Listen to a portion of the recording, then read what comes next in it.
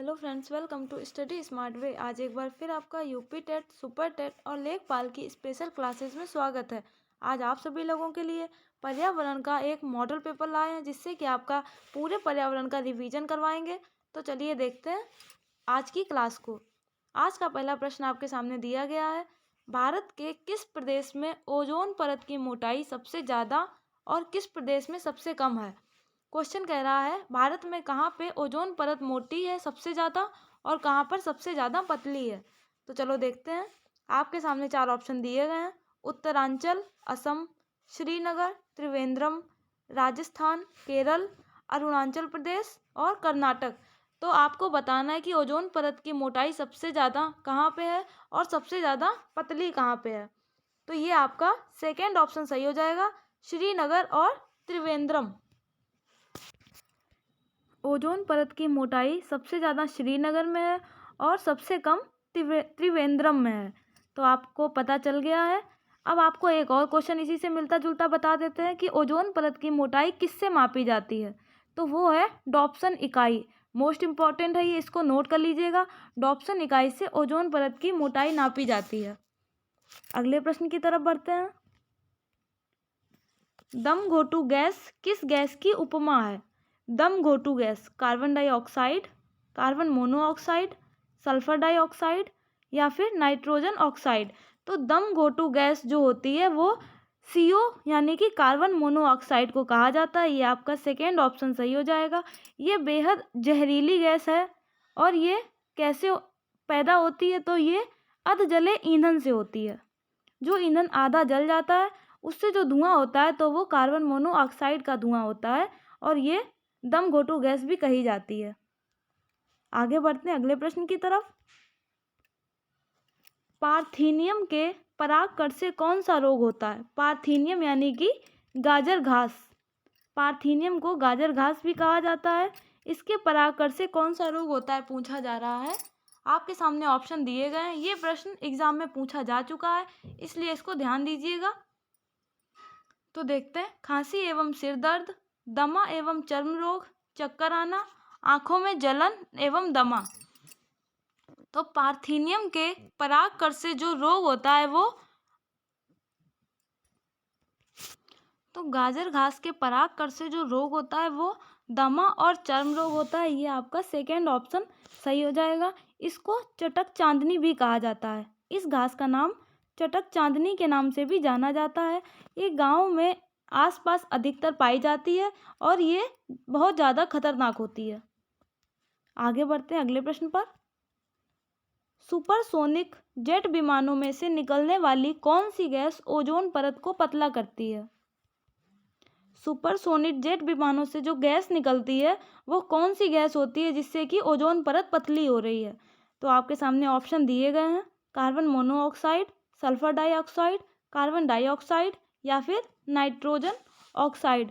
तो super set jet विमानों से जो गैस निकलती है वो नाइट्रोजन ऑक्साइड होती है। ये आपका फोर्थ ऑप्शन सही हो जाएगा और ये गैस ओजोन परत को पतला कर रही है।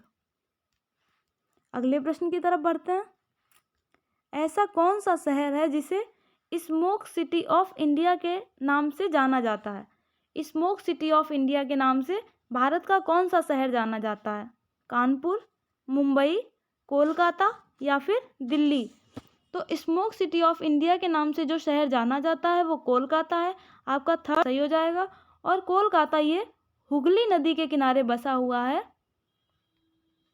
हुगली नदी के किनारे बसा है और ये भारत का दूसरा बड़ा महानगर है। दूसरा सबसे बड़ा महानगर है और 5वां सबसे बड़ा बंदरगाह है। ये याद रखिएगा कि कोलकाता जो है ये दूसरा सबसे बड़ा महानगर और 5वां सबसे बड़ा बंदरगाह है। कोलकाता हुगली नदी के किनारे है और इसको स्मोक सिटी ऑफ इंडिया के नाम से जाना जाता है। आगे बढ़ते हैं अगले प्रश्न पर। वह कौन सा प्रमुख कारण है जो स्टोन कैंसर उत्पन्न करता है?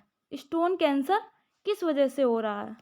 अम्ल वर्षा, वैश्विक तापमान, ग्रीन हाउस प्रभाव या फिर ब्राउन हेज प्रभाव। तो जिससे स्टोन कैंसर हो रहा है वो अम्ल वर्षा है। अम्ल वर्षा ही प्रमुख कारण है जिसकी वजह से स्टोन कैंसर हो रहा है। तो ये आपका फर्स्ट ऑप्शन सही हो जाएगा। अम्ल वर्षा का pH मान 5.6 से भी कम है। अगले प्रश्न की तरफ बढ़ते हैं। श्रमिक फुसफुस धूलिमयता रोग से ग्रसित होते हैं। यानी कहाँ काम करने वाले लोग फुसफुस धूलिमयता यानी जो फेफड़ों के रोग होते हैं, श्वास संबंधी जो रोग होते हैं, कहाँ के श्रमिक वहाँ उस रोग से ग्रसित होते हैं। चर्म शोधनशालाओं में जो काम करते हैं, शीशा उद्योग में काम करने वाले, मद्य निर्माणशालाओं में, मद्य यानी कि शराब, और कोयला खनन उद्योग में। तो जो जहाँ के लोग ये फेफड़ों और श्वास संबंधी रोग से ग्रसित हो रहे हैं वो आपका कोयला खनन उद्योग है। ये आपका 4th ऑप्शन सही हो जाएगा। भारत में कोयला उत्पादन में जो पहले नंबर पर है वो छत्तीसगढ़ है, और जो विश्व में सबसे ज़्यादा कोयला उत्पादन करता है वो चीन है। तो यहाँ से आपके ये 3 क्वेश्चन बन गए हैं कि फुसफुस धूलिमयता रोग से जो ग्रसित होते हैं वो कोयला खनन में उद्योग में जो काम करते हैं उन लोगों को फुसफुस धूलिमयता यानी कि श्वास संबंधी रोग हो जाते हैं। और भारत में सबसे ज़्यादा कोयला उत्पादन छत्तीसगढ़ में होता है और विश्व में चीन में होता है। अगले प्रश्न की तरफ बढ़ते हैं। जलीय विषैले पदार्थों के अवशोषक के रूप में जाना जाता है किसको? जलीय विषैले पदार्थों के अवशोषक के रूप में सिंघाड़े का पौधा, कमल, जलकुंभी या फिर जलीय पौधे। तो जलीय विषैले पदार्थों के अवशोषक के रूप में जिसको जाना जाता है वो जलकुंभी है। ये आपका 3rd ऑप्शन सही हो जाएगा। जलकुंभी को बंगाल का आतंक भी कहा जाता है। बंगाल का आतंक। ये पानी पे पूरी तरह से बिछ जाती है। जलकुंभी पानी पे पूरी तरह से बिछ जाती है जिससे कि पानी के अंदर ऑक्सीजन की कमी हो जाती है और वहाँ रहने वाले जीव जंतुओं का जीवन संकट में हो जाता है। तो ये आपका 3rd ऑप्शन सही हो जाएगा, जलकुंभी। आगे बढ़ते हैं अगले प्रश्न पर। ब्लैक फुट नामक बीमारी का क्या कारण है? ब्लैक फुट नामक बीमारी किसकी वजह से होती है? अमोनिया की अधिकता से, आयरन की अधिकता से, फ्लोराइड की अधिकता से या फिर आर्सेनिक की अधिकता से? तो ये ब्लैक फुट नामक बीमारी अधिकतर पशुओं में पाई जाती है और यह पानी में आर्सेनिक की अधिकता से होती है। ये आपका 4th ऑप्शन सही हो जाएगा।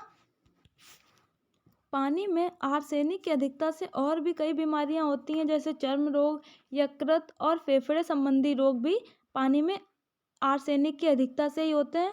जबकि ये ब्लैक फुट नामक जो बीमारी ये मुख्य है आर्सेनिक की अधिकता से होती है। तो ये आपका 4th ऑप्शन सही हो जाएगा।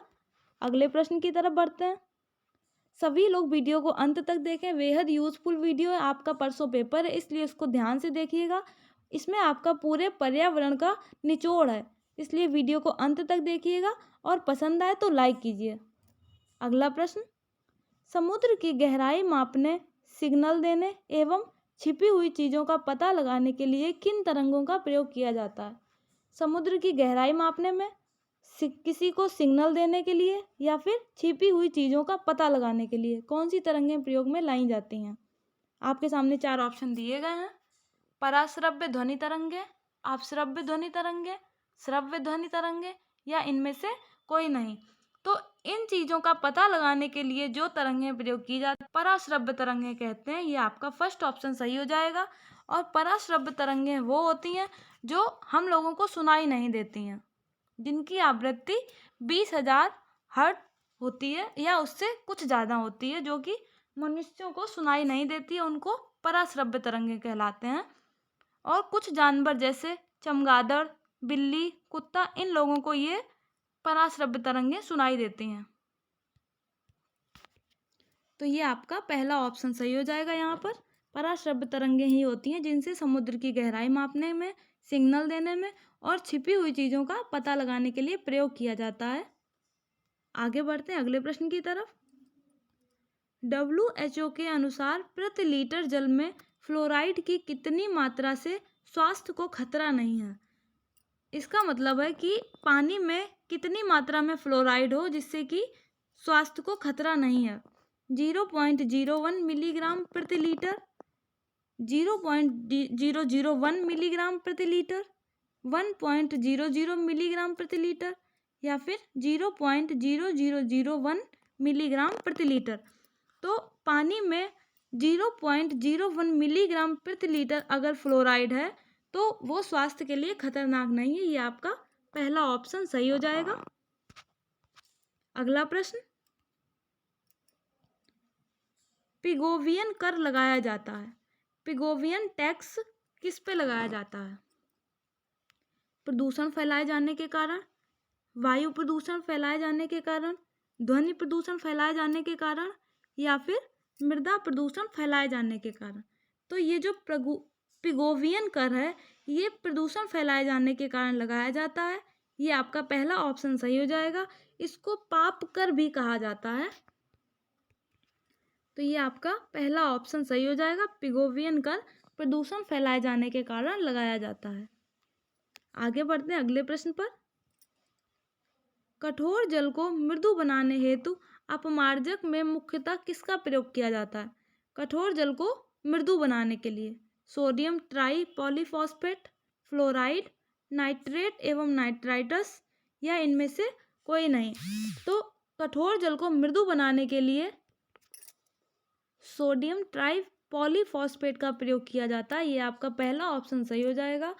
और जल की कठोरता किस लिए होती है? तो जल की कठोरता जल में कैल्शियम, मैग्नीशियम बाइकार्बोनेट और कार्बोनेट लवणों की वजह से जल कठोर होता है और इसको मृदु बनाने के लिए सोडियम ट्राईपॉलीफॉस्फेट का प्रयोग किया जाता है, जिससे कि जल पीने लायक होता है। आगे बढ़ते हैं अगले प्रश्न की तरफ। ओरंग राष्ट्रीय उद्यान कहाँ है? ओरंग राष्ट्रीय उद्यान अरुणाचल प्रदेश, असम, मणिपुर या फिर मेघालय। तो ओरंग राष्ट्रीय उद्यान ये असम में है। ये आपका सेकेंड ऑप्शन सही हो जाएगा। ये असम के दर्रांग और सोनितपुर जिले में ब्रह्मपुत्र नदी के उत्तर में स्थित है। ये आपका सेकेंड ऑप्शन सही हो जाएगा। ओरंग राष्ट्रीय उद्यान असम में है। अगला प्रश्न,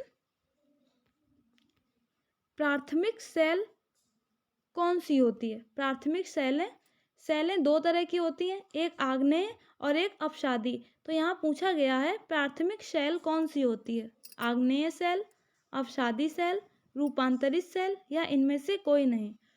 तो जो प्राथमिक सेल होती है वो आग्नेय सेल कहलाती है। ये आपका पहला ऑप्शन सही हो जाएगा। और आग्नेय सेल कैसे बनती हैं? तो ये पृथ्वी के आंतरिक भाग में जो मैग्मा और लावा होता है उसी के फलस्वरूप बनती हैं। मैग्मा और लावा के फलस्वरूप आग्नेय सेलों का निर्माण होता है। ये आपका पहला ऑप्शन सही हो जाएगा। अगला प्रश्न मोस्ट इम्पॉर्टेंट है। मेदिनी पुरस्कार कौन सा मंत्रालय देता है? पहले तो मेदिनी पुरस्कार क्यों दिया जाता है? मेदिनी पुरस्कार किस लिए दिया जाता है? तो ये वन्य जीव, जल संसाधन और जल संरक्षण के लिए दिया जाता है। और यह पुरस्कार कौन सा मंत्रालय देता है? वित्त मंत्रालय, कानून मंत्रालय, पर्यावरण एवं वन मंत्रालय, या फिर उपरोक्त सभी। तो मेदिनी पुरस्कार जो है ये पर्यावरण एवं वन मंत्रालय देता है। ये आपका थर्ड ऑप्शन सही हो जाएगा। अगले प्रश्न की तरफ बढ़ते हैं। निम्नलिखित फसलों में कौन सी मिट्टी में नाइट्रोजन सामग्री को समृद्ध करेगा? कौन सी फसल मिट्टी में नाइट्रोजन सामग्री को समृद्ध करेगा? तो देखते हैं, आलू, सूरजमुखी, मटर या फिर जौ। तो जो मिट्टी में नाइट्रोजन को समृद्ध करता है वो मटर का है। मटर का पौधा मिट्टी में नाइट्रोजन को समृद्ध करता है। तो ये आपका थर्ड ऑप्शन सही हो जाएगा। आगे बढ़ते हैं अगले प्रश्न पर। नागोया प्रोटोकॉल किससे संबंधित है? नागोया प्रोटोकॉल ओजोन संरक्षण से, जैव विविधता से, अंतर्राष्ट्रीय वित्त से, या फिर पर्यावरण प्रदूषण से। तो ये नागोया प्रोटोकॉल ये जैव विविधता से संबंधित है। ये आपका सेकेंड ऑप्शन सही हो जाएगा। और ये कब साइन हुआ है? तो ये 29 अक्टूबर 2010 को साइन किया गया है। नागोया प्रोटोकॉल जैव विविधता से संबंधित है। आगे बढ़ते हैं अगले प्रश्न पर।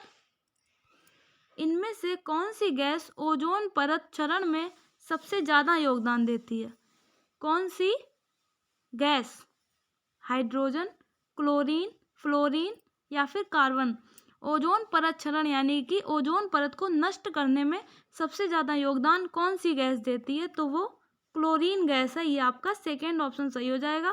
क्लोरीन गैस ओजोन परत के क्षरण में सबसे ज़्यादा योगदान देती है। अगला प्रश्न, वर्ल्ड वेटलैंड डे की शुरुआत कब हुई? वर्ल्ड वेटलैंड डे 1968 में, 1970 में, 1971 में या 1975 में? तो वर्ल्ड वेटलैंड डे की शुरुआत 1971 में हुई है। ये आपका थर्ड ऑप्शन सही हो जाएगा। और हर साल 2 फरवरी को वर्ल्ड वेटलैंड डे मनाया जाता है।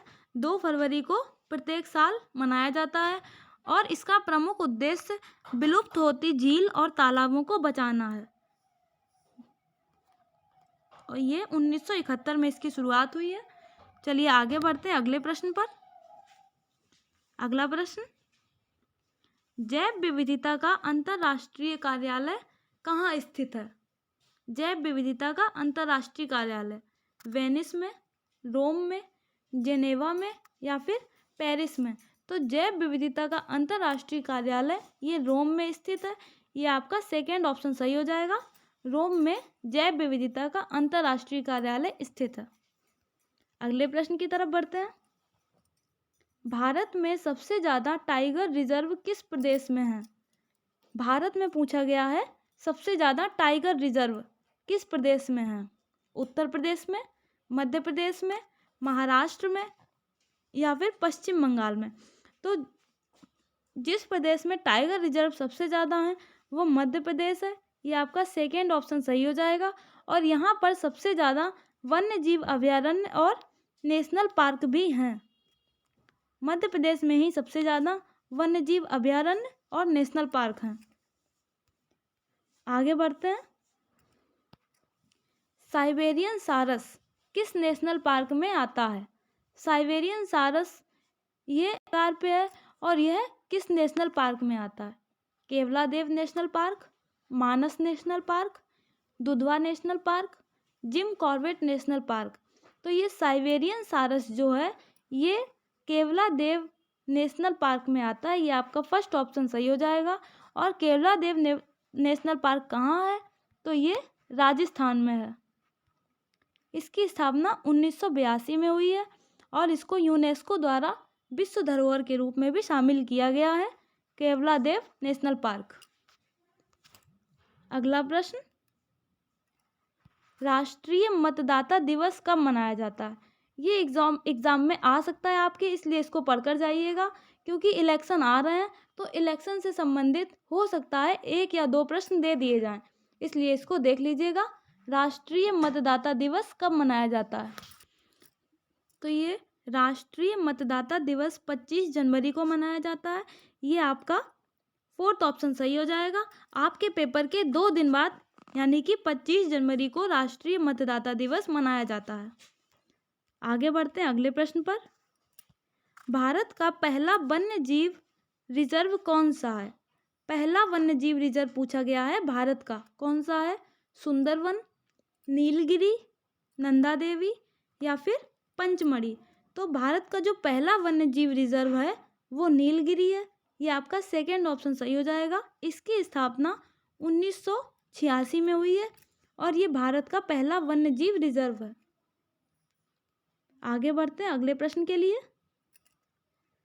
ओजोन परत के क्षरण के लिए क्या जिम्मेदार है? यानी ओजोन परत के नष्ट होने में क्या चीज़ जिम्मेदार है? कौन सी गैस जिम्मेदार है?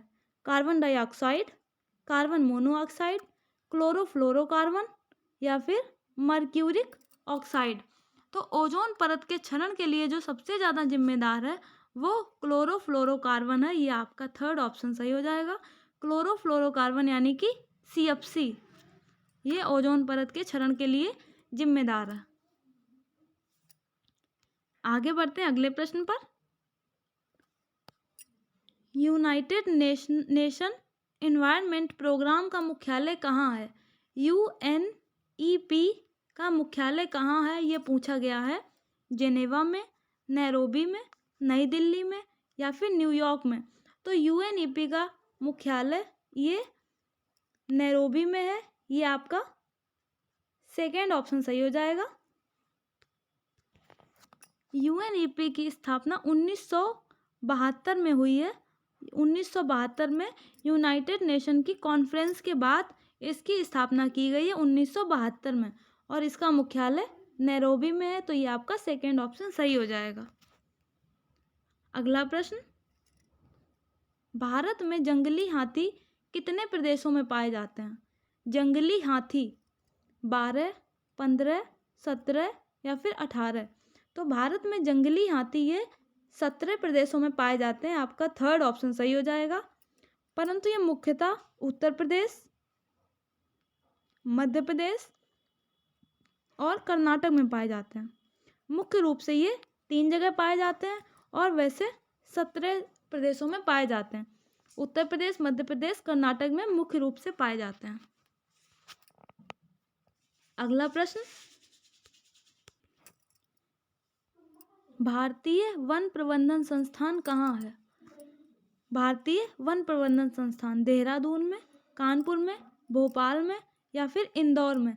तो भारतीय वन प्रबंधन संस्थान ये भोपाल में स्थित है। आपका थर्ड ऑप्शन सही हो जाएगा। और अगर आपके एग्जाम में पूछा जाता है वन अनुसंधान संस्थान कहाँ है, तो वो देहरादून में है। वन अनुसंधान संस्थान दोनों काफ़ी मिलते जुलते नाम है, इसलिए इनको ध्यान दीजिएगा। भारतीय वन प्रबंधन संस्थान भोपाल में है और वन अनुसंधान संस्थान देहरादून में है। तो ये आपका थर्ड ऑप्शन सही हो जाएगा। भारतीय वन प्रबंधन संस्थान ये भोपाल में है और वन अनुसंधान संस्थान देहरादून में है। अगले प्रश्न की तरफ बढ़ते हैं। 5 जून को विश्व पर्यावरण दिवस किस सम्मेलन में घोषित किया गया था? विश्व पर्यावरण दिवस आप लोग जानते हैं विश्व पर्यावरण कब मनाते हैं? तो ये 5 जून को मनाते हैं। और ये किस सम्मेलन में घोषित किया गया था? तो ये स्टॉकहोम सम्मेलन में घोषित किया गया था। आपका सेकेंड ऑप्शन सही हो जाएगा। स्टॉकहोम सम्मेलन 1972 में इसको पर्यावरण दिवस के रूप में 5 जून को घोषित किया गया था। आपका सेकेंड ऑप्शन सही हो जाएगा। तो आज के प्रश्नों की श्रृंखला यहाँ पर समाप्त होती है। अच्छे से आप सभी लोग अपना रिवीजन कीजिएगा। परसों आपका पेपर है, इसलिए बिना किसी स्ट्रेस के अच्छे से एग्जाम दीजिएगा। कल आपसे एक और वीडियो के साथ मिलते हैं। तब तक के लिए थैंक यू। जय हिंद, जय भारत।